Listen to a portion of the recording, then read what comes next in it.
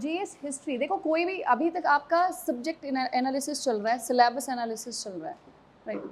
अभी आप देख रहे हैं कि कौन सा जो मेंस का कौन सा पोर्शन, जीएस का कौन सा पेपर आपको किस तरीके से तैयार करना है, क्योंकि सीधे पढ़ना शुरू कर देना it's not enough, it's not right. पहले पढ़ने की स्ट्रेटजी होनी चाहिए, है ना, तरीका पता होना चाहिए। क्योंकि अगर आप ऐसे पेज 1 से पढ़ना शुरू किया और पेज लास्ट पेज तक पढ़ते ही चले गए, यही नहीं पता कि सिलेबस में है क्या क्या। होता है ना कि बच्चों को यही बाद में पता चलता है कि सिलेबस में एग्जैक्टली है क्या। तो इसीलिए अभी आपकी सिलेबस एनालिसिस की क्लास चल रही है कि आपको आइडिया लग जाए कि आपको कितना पढ़ना है, कैसे पढ़ना है, ठीक है। और अभी आपका जो फर्स्ट बैच स्टार्ट होगा दैट विल बी हिस्ट्री से स्टार्ट होगी आपकी क्लासेस। तो हमने एक स्ट्रेटजी प्लान की है और किस तरीके से हम पढ़ाएंगे, ठीक है, और किस तरीके से आपसे सेल्फ स्टडी कराएंगे, दोनों चीज़ें। क्योंकि यहाँ पे ये नहीं होता ना, ये वन वे ये एग्जामिनेशन है ही नहीं। फैकल्टी अपना काम करते हैं, टीचर्स अपना काम करते हैं, अपना सब्जेक्ट पढ़ाया, अपना सिलेबस कंप्लीट किया, ठीक है। इसके बाद रिस्पॉन्सिबिलिटी एज अ टीचर कहीं कहीं पे ख़त्म हो जाती है, ठीक है। लेकिन हमारा क्योंकि कॉन्सेप्ट बिल्कुल अलग है, तो हमने क्या किया है, हमने एक तो हमारा लेक्चर प्लान बनाया है और उस लेक्चर प्लान के साथ साथ आपका सेल्फ स्टडी प्लान भी बनाया है, ठीक है, कि किस तरीके से हमारी क्लासेस चलेंगी और उसी ऑर्डर में आपको भी अपनी सेल्फ स्टडी करनी है, क्लियर। वरना बच्चे क्या करते हैं जनरली, एक एक सब्जेक्ट कंप्लीट होता चला गया, नोट्स बना बना के साइड में रखते चले गए, ठीक है। जब तक पहला सब्जेक्ट कंप्लीट होगा तब तक इतना बर्डन नहीं होता, फिर सेकंड सब्जेक्ट, फिर थर्ड सब्जेक्ट, ठीक है। जैसे जैसे सब्जेक्ट कंप्लीट होते चले जाएंगे बर्डन होता चला जाएगा और फिर समझ में आएगा ओहो नोट्स तो काफ़ी बड़े बन गए, नोट्स तो काफ़ी कलेक्ट हो गए हैं, अब रिवीजन कहाँ से शुरू करें, प्रैक्टिस कहाँ से शुरू करें, होता है ना ये। और कुछ कुछ इतने ज़्यादा समझदार होते हैं कि वो क्या करते हैं, 8-9 महीने तो सिर्फ पढ़ेंगे, प्रैक्टिस लास्ट के 3 महीनों में करेंगे। तो वो हमें नहीं करना, इसलिए हमने अपना थोड़ा सा पैटर्न चेंज किया है, ठीक है। और इस पैटर्न में हम क्या करेंगे कि जैसे जैसे सब्जेक्ट आपके पढ़ाए जाएंगे, तो एक टीचर का जैसा अपना एक लेक्चर प्लान होता है उसी के अकॉर्डिंग आपका एक सेल्फ स्टडी प्लान हमने बनाया है, ताकि जो जो टॉपिक हमारा चलता रहेगा, क्लास में टॉपिक प्रिपेयर होगा, घर जाने के बाद कुछ चीज़ें आपको भी खुद से पढ़नी होंगी, ठीक है। ताकि जैसे ही एक सब्जेक्ट आपका कंप्लीट हो, तो टारगेट मेरा ये है, सिर्फ हिस्ट्री में नहीं, जितने भी सब्जेक्ट होंगे आपके, उन सारे सब्जेक्ट से रिलेटेड बता रही हूँ, टारगेट हमारा ये है कि जैसे जैसे सब्जेक्ट कंप्लीट होते चले जाएंगे वैसे वैसे पीटी और मेंस के लिए आप कॉन्फिडेंट होते चले जाएंगे, क्लियर। देखिए उस पढ़ाई का कोई फ़ायदा नहीं है अगर आपने 1 यूनिट 2 यूनिट कंप्लीट कर ली और आप यही जज नहीं कर पा रहे हो कि प्रीवियस ईयर के क्वेश्चन पेपर लगा के मैं देखूं मुझसे कितने बनते हैं, तो फिर उस पढ़ाई का कोई फ़ायदा नहीं है, वो कंप्लीट नहीं होती वो पढ़ाई। वो पढ़ाई कंप्लीट कब होगी कि जितना पढ़ लिया, जितने टॉपिक कवर कर लिए, जितने सब्जेक्ट कवर कर लिए, उस सारे सब्जेक्ट का ना आपके पास कॉन्फिडेंस ज़रूर होना चाहिए, उसको रिप्रेजेंट करना आना चाहिए कि हिस्ट्री है, सेम टॉपिक है, इंडस वैली सिविलाइजेशन है, पीटी में कैसे क्वेश्चन आएंगे, मेंस में क्वेश्चन कैसे पूछा जाएगा, ठीक है। तो चलो आपका सिलेबस एनालिसिस हो रहा है, मैं देखती हूँ आपको कितना याद है। आप मुझे जीएस पेपर 1 का सिलेबस बताइए, कौन बताएगा जीएस पेपर 1 सिलेबस?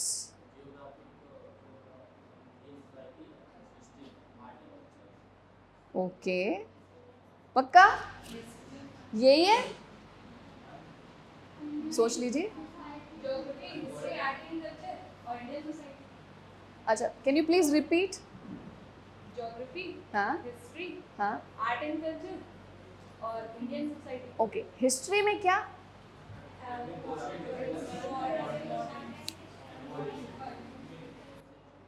फिर से बताइए। ओके, मिड 18th है ना, और वहां से फिर हमें कहाँ तक पढ़ना है, टिल प्रेजेंट डे, ठीक है। लेकिन मेनली जो क्वेश्चंस आते हैं मेंस में वो कहाँ से आएंगे, मिड 18th से लेकर इंडिपेंडेंस तक जो स्ट्रगल है वहाँ से मेनली क्वेश्चन आते हैं, ठीक है। तो थोड़ा सा मैं हिस्ट्री का सिलेबस आपके साथ थोड़ा डिस्कस करूँगी, क्योंकि हिस्ट्री सब्जेक्ट हमारा स्टार्ट होने वाला है, तो उसका सिलेबस भी डिस्कस करूँगी और हम उसे कैसे पढ़ेंगे, हम कैसे पढ़ाएंगे और आपको उसके साथ साथ क्या क्या कवर करके चलना है वो भी हम डिस्कस करेंगे। अभी और स्टूडेंट आने हैं कि आ गए सभी? इतना लेट के क्लास का टाइम क्या है वैसे आपका? अच्छा, आज बारिश की वजह से। बाकी दिन तो लेट नहीं होते ना इतने, पक्की बात है? हाँ, क्योंकि आजकल क्या हो रहा है ना, मैं 2-3 दिन से मेरी करोल बाग क्लास होती है तो मैं इस टाइम तक निकल जाती हूँ, तो मैं देख नहीं पाती कि बाकी जो सेकंड बैच है वो कब आता है कब जाता है, ठीक है। चलिए एक बार आप शान एक बार अमित जी को बुला दीजिए और वो जो सेल्फ स्टडी का प्लान था वो मंगा दीजिए। तो आप में से कितने बच्चे हैं जो मुझे जानते हैं, मतलब मेरे बारे में पता है सबको? कितनों को पता है? आपको पता है? अच्छा, आपको इतना पता चल गया होगा मैम हिस्ट्री पढ़ाएंगी क्योंकि हिस्ट्री के बारे में जिक्र हो रहा है, ठीक है, स्मार्ट, ठीक है। चलिए, और नाम पता है मेरा? पता है, बताइए। अच्छा, किसने किया था? Oh, thank you thank you so much, ठीक है। तो आप में से किसी ने बोला भी था मैम पार्टी? अच्छा तभी आप जानते हो। अमित जी वो सेल्फ स्टडी के लिए दे दीजिए मुझे और बुक्स भी भिजवा देते। हाँ,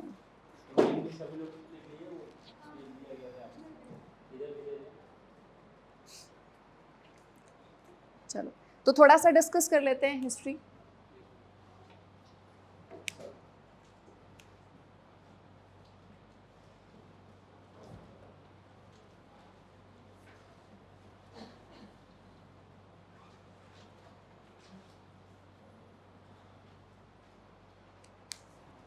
बहुत इंटरेस्टिंग सब्जेक्ट है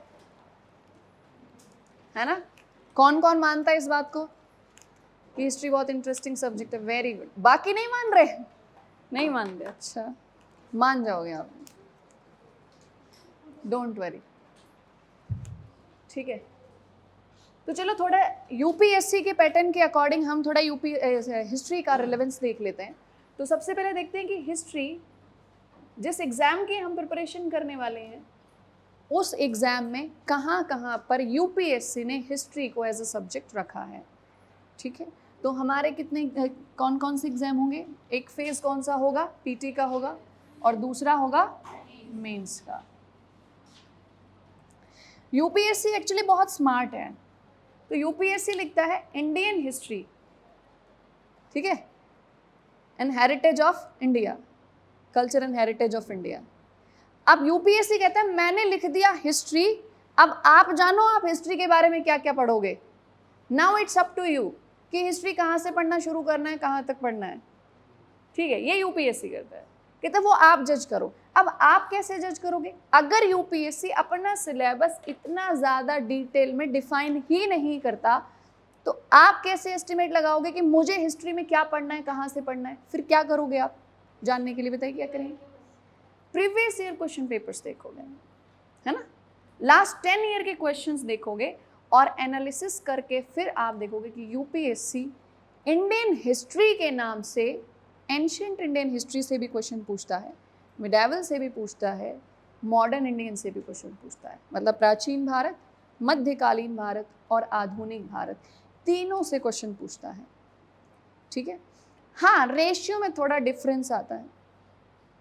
अभी पिछले कुछ सालों का अगर हम पैटर्न देखेंगे तो मिडावल इंडियन हिस्ट्री से कुछ जो क्वेश्चंस हैं थोड़े कम होते जा रहे हैं और एंशिएंट मिडावल से जो क्वेश्चंस जो पूछ रहा है ना यूपीएससी, उनका भी प्रॉपर एनालिसिस हमने किया।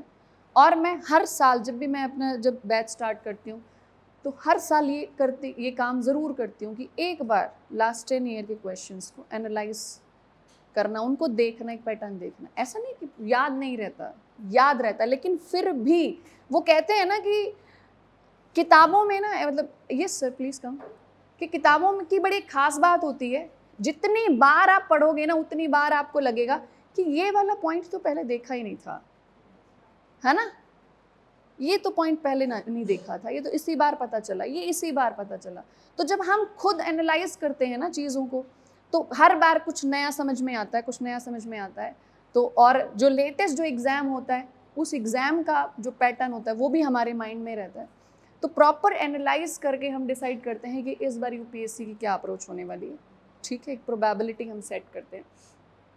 तो पीटी और मेंस दोनों का अगर सिलेबस, यूपीएससी का अगर सिलेबस देखेंगे तो पीटी में यूपीएससी ने लिख दिया इंडियन हिस्ट्री, और इंडियन हिस्ट्री को हम पीवाईक्यूज के थ्रू हमें पता चला कि एंशिएंट भी पूछा जाता है, मिडाइवल भी पूछा जाता है, मॉडर्न भी पूछा जाता है, और इन तीनों सेक्शन से आर्ट एंड कल्चर भी पूछा जाता है, ठीक है।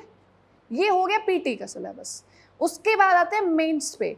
तो यूपीएससी ने मेंस के लिए क्या लिखा हुआ है हिस्ट्री में, from the mid of 18th। अब mid of 18th century means what, from 1750, ठीक है। मतलब इस टाइम पीरियड में कुछ ऐसा इंसिडेंट हुआ होगा जिसने हिस्टोरिकल व्यू चेंज कर दिया, पूरी रिजीम को चेंज कर दिया, and that incident was 1757 battle of Plassey. Clear.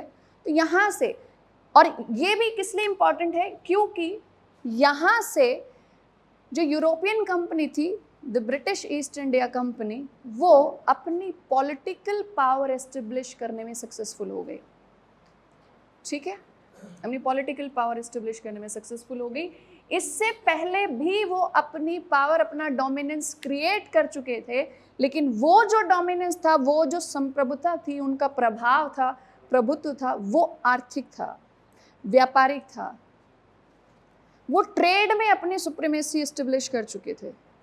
From 1757 यहाँ से पॉलिटिकल पावर की शुरुआत हो गई थी, सही मायनों में। क्लियर। इसलिए यूपीएससी ने सिलेबस में तो लिखा है मिड ऑफ 18th सेंचुरी, लेकिन फिर भी हम पढ़ना कहाँ से शुरू करते हैं, from the arrival of European companies.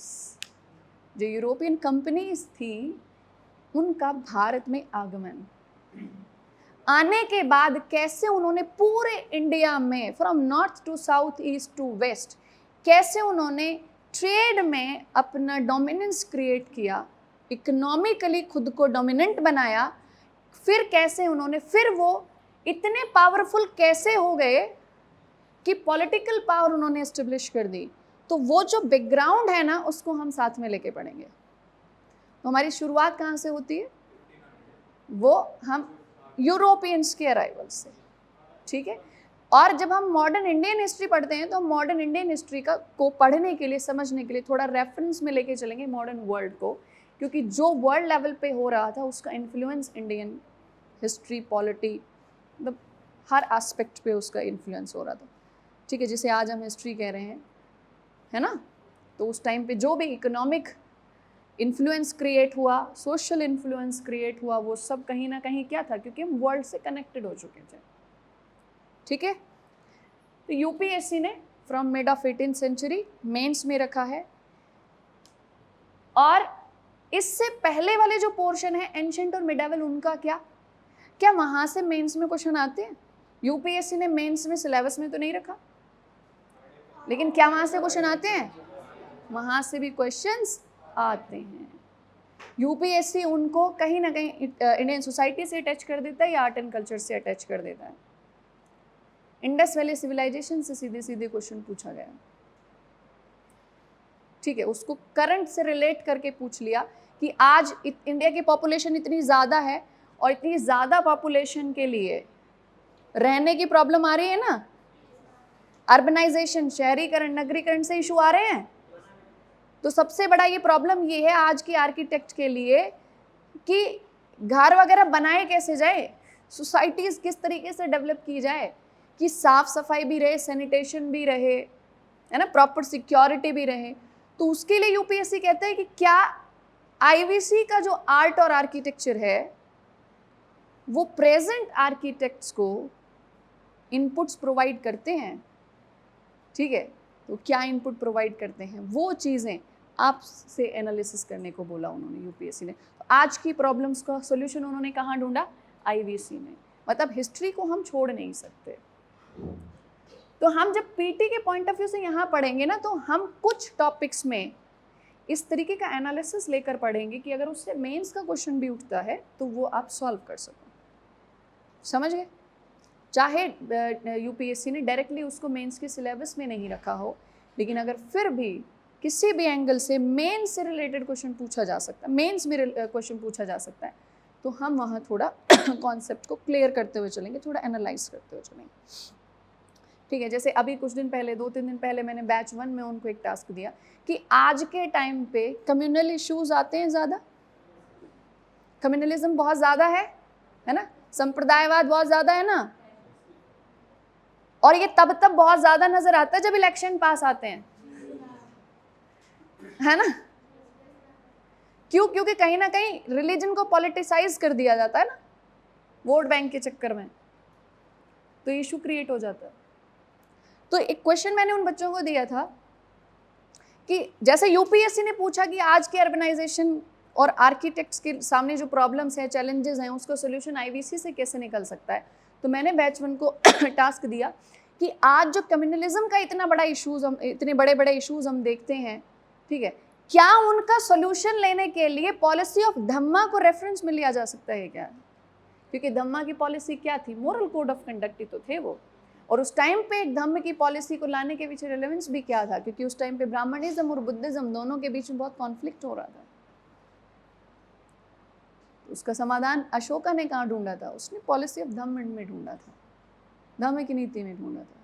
तो क्या उससे हम इनपुट ले सकते? तो इस तरीके से हमें क्या करना है, कनेक्टेड स्टडी करनी है, कंपैरेटिव स्टडी करनी है। आपको लग रहा होगा कि हिस्ट्री एक ऐसा सब्जेक्ट है जिसमें हमें कुछ डेट्स याद करने, कुछ नाम याद करने हैं, कुछ इंसिडेंट्स याद करने हैं। No, it's not like that, ठीक है। ये प्रॉपर एनालिसिस करना हिस्ट्री सिखाएगा आपको कि किसी भी टाइम पीरियड में अगर पॉलिटिकल सिचुएशन इस तरीके की थी तो इकोनॉमिक कंडीशन कैसी रही होगी, और इकोनॉमी का सीधा सीधा इम्पैक्ट पड़ता है सोसाइटी पर, तो सोसाइटी कैसी रही होगी। सोसाइटी सीधे सीधे रिलेट करती है आर्ट एंड कल्चर से, तो आर्ट एंड कल्चर कैसा रहा होगा, समझ गए?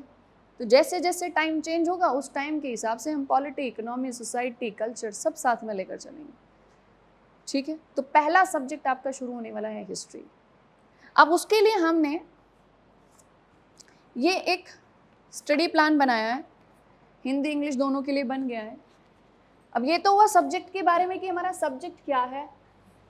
अब ये कि पढ़ाई कैसे करनी है इसकी, ठीक है। तो 2 लेवल पे हमारी क्लासेस होंगी, एक होगी जो क्लास में लेक्चर्स होंगे, ठीक है, और दूसरा आपको सेल्फ स्टडी करनी पड़ेगी।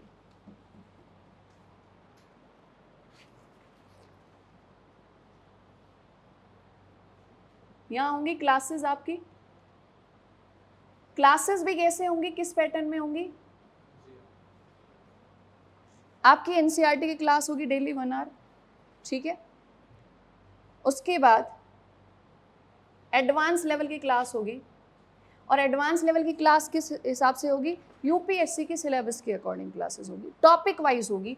यहाँ पे एनसीईआरटी की जो बुक्स हम पढ़ने के लिए बोलेंगे, जो तो वहाँ चैप्टर वाइज हम चलेंगे, ठीक है।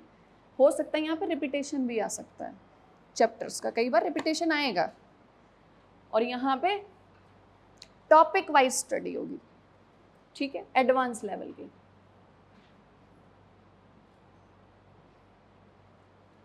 ये हुआ क्लासेस का पैटर्न। अब क्लासेस के लिए हमने ऑलरेडी लेक्चर प्लान तैयार कर लिया है कि कितने दिन में, कितने आवर्स में हमें हिस्ट्री कंप्लीट कराना है, ठीक है। वो लेक्चर प्लान हो गया टीचर के लिए कि टीचर को इतने दिन में, इतने आवर्स में अपना टॉपिक कंप्लीट कराना है, क्योंकि सिलेबस भी कंप्लीट कराना है हमें, सारे सब्जेक्ट कंप्लीट कराना है। तो उसके लिए एक लेक्चर प्लान बन चुका है, और उसी लेक्चर प्लान के अकॉर्डिंग हमारी क्लासेस होंगी। जो दूसरा पॉइंट है दैट इज सेल्फ स्टडी। ये आपकी सेल्फ स्टडी का प्लान है। देखो इससे पहले कभी आपने ये नहीं देखा होगा कि लेक्चर प्लान तो हर किसी को मिल जाता है, कि टीचर का लेक्चर प्लान तो हर किसी को मिल जाता है, हर इंस्टीट्यूट में मिल जाता है, लेकिन लेक्चर प्लान के बाद सेल्फ स्टडी प्लान नहीं दिया जाता, नहीं दिया जाता ना। हम यही कर रहे हैं, अब हम लेक्चर प्लान के साथ अटैच करके सेल्फ स्टडी प्लान देंगे। अब इसमें क्या होगा, पर डे आपको क्या होगा, 1 आवर की एनसीईआरटी की क्लास होगी, 2 आवर आपकी एडवांस लेवल की क्लास होगी, और डे 1 से नेक्स्ट 75 डेज के लिए आपको ये फॉलो करना पड़ेगा पूरा प्लान,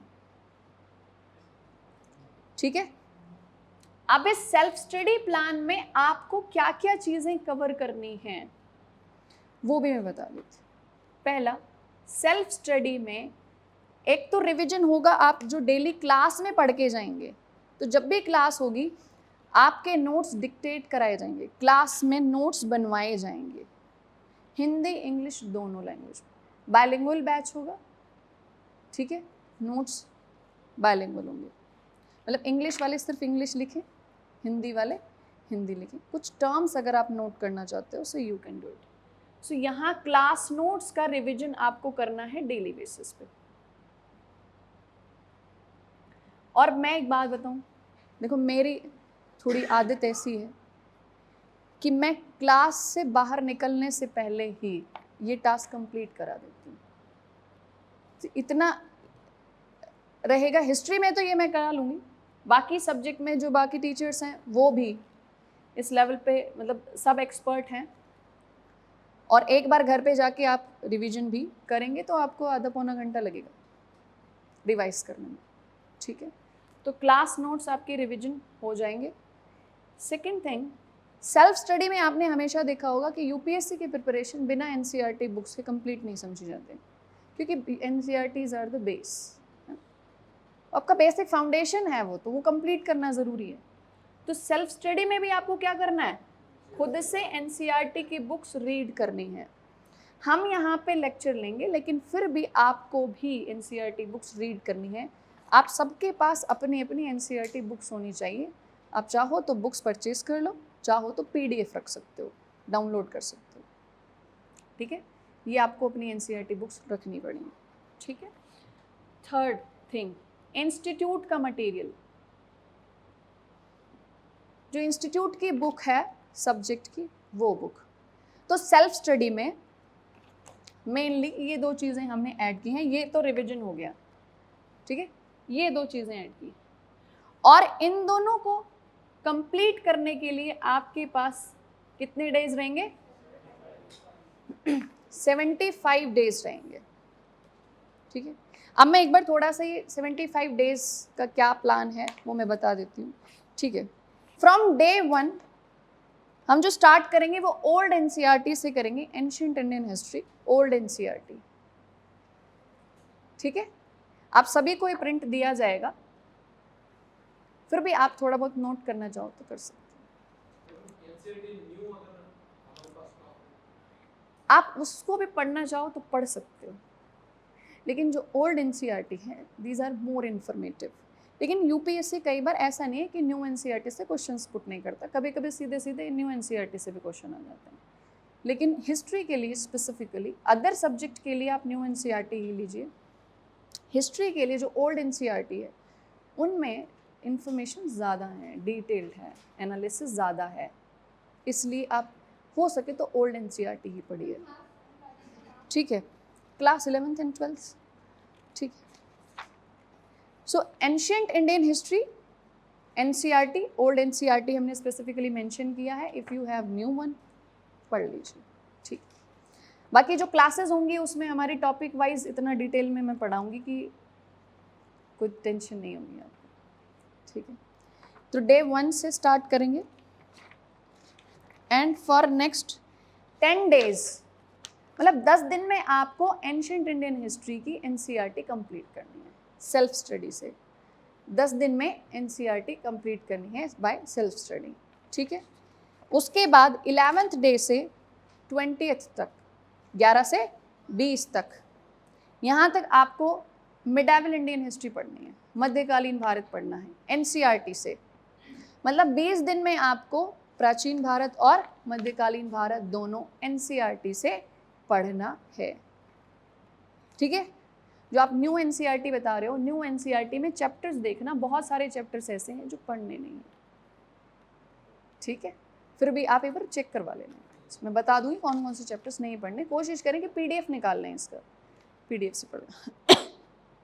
उसके बाद 20 दिन के बाद एक दिन हमने रिजर्व रखा है, ठीक है। ये रिजर्व डे रहेगा आपका कि जो भी बैकलॉग रह गया, कुछ कमी रह गई या कुछ पोर्शन रह गया आपका, नहीं पढ़ पाए, आप कोई चैप्टर नहीं पढ़ पाए, तो उस बैकलॉग को क्लियर करने के लिए एक दिन हमने यहाँ पे एक रिजर्व डे आपके लिए रखा है, 21, ठीक है।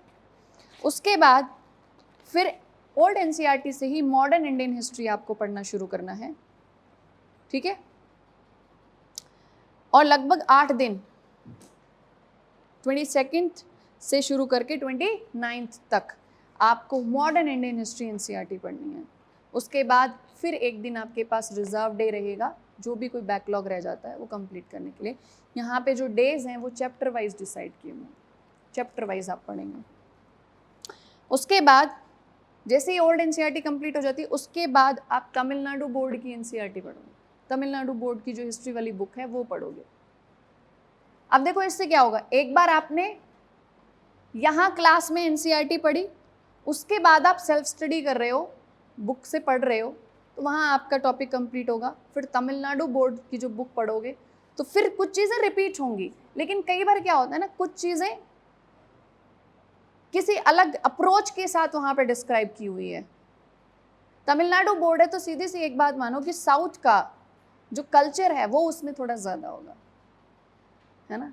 क्योंकि ये थोड़ी सी हम कह सकते हैं कि आप जब हिस्ट्री हम पढ़ते हैं तो हिस्ट्री को हम हिस्ट्री को पढ़ने के लिए जो पूरा इंडिया है ना, उसको हम 3 पार्ट्स में डिवाइड कर लेते हैं, north India, Deccan India and south India, उत्तर भारत, दक्कन और दक्षिण भारत।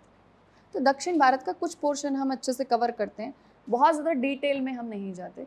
तमिलनाडु बोर्ड की जो बुक होगी उससे वो पोर्शन आपका कवर हो जाएगा, ठीक। कल्चरल पॉइंट ऑफ व्यू से जो क्वेश्चंस बनते हैं वो वहाँ से अच्छे से कवर हो जाएंगे, तो आप तमिलनाडु बोर्ड की बुक पढ़ोगे यहाँ से। उसके बाद मतलब 11th और 12th, 11th की बुक पढ़नी है आपको 10 दिन, उसके बाद फिर 12th की बुक पढ़नी है 45 डेज में। आपके 45 डेज में आपकी एनसीईआरटी और तमिलनाडु बुक की सेल्फ स्टडी हो चुकी होगी 45 डे में, ठीक है। फिर एक दिन रिजर्व रखा हुआ है, उसके बाद 47th डे से लेकर और 74th तक आप इंस्टीट्यूट के मटेरियल से टॉपिक वाइज पढ़ाई करेंगे, क्योंकि जैसे जैसे हमारी क्लासेस होंगी हम आपको बता देंगे कि इंस्टीट्यूट की जो बुक है उसमें से कहाँ से कितना पोर्शन पढ़ना है, आपको टॉपिक वाइज आपको बताया जाएगा और वो वहाँ से उतना आपको कवर करना है, ठीक है।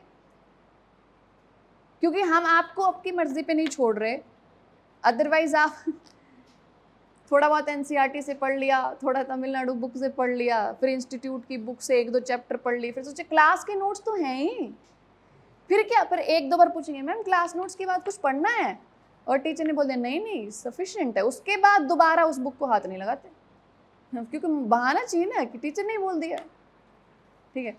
हालांकि रेफरेंस बुक आपको कुछ नहीं पढ़ने हैं, कुछ भी नहीं पढ़ने, एनसीईआरटीज, क्लास नोट्स और इंस्टीट्यूट का मटेरियल, दैट्स इनफ, ठीक है। इंस्टीट्यूट के मटेरियल को कैसे कवर करना है, कितना पोर्शन पढ़ना है, वो आपको बताया जाएगा, उतना ही पढ़ना है, प्रेशर में नहीं आना, ठीक है।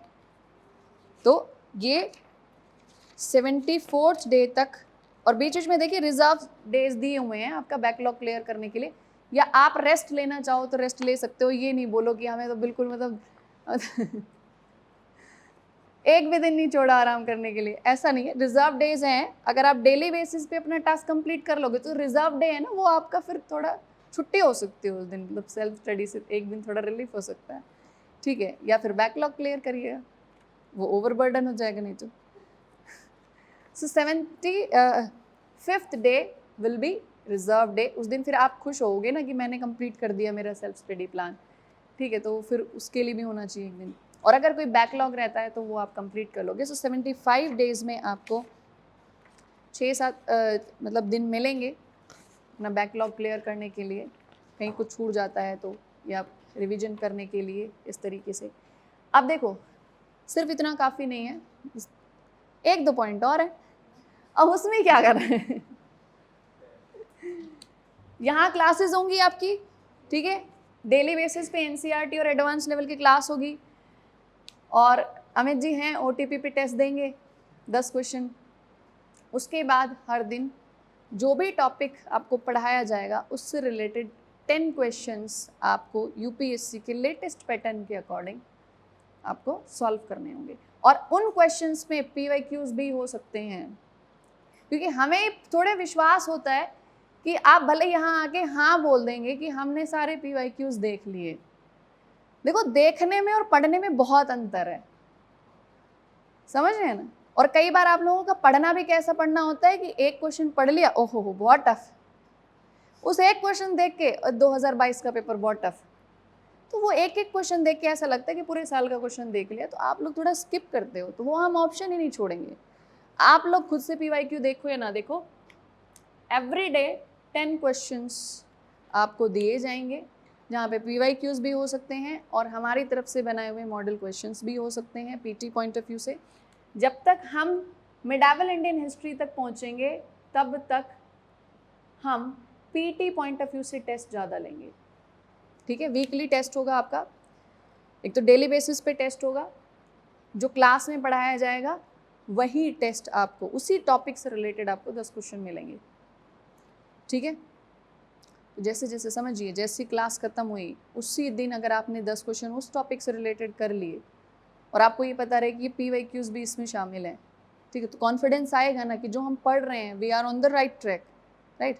वो कॉन्फिडेंस होना बहुत ज़रूरी है। और जैसे ही modern Indian history, modern world पे शिफ्ट होंगे तो हम पीटी के साथ साथ मेंस की प्रैक्टिस शुरू कर देंगे, ठीक है।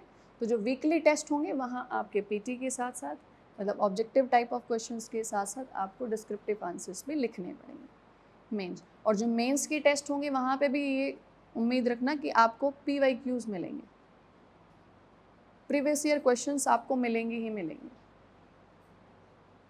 ठीक है।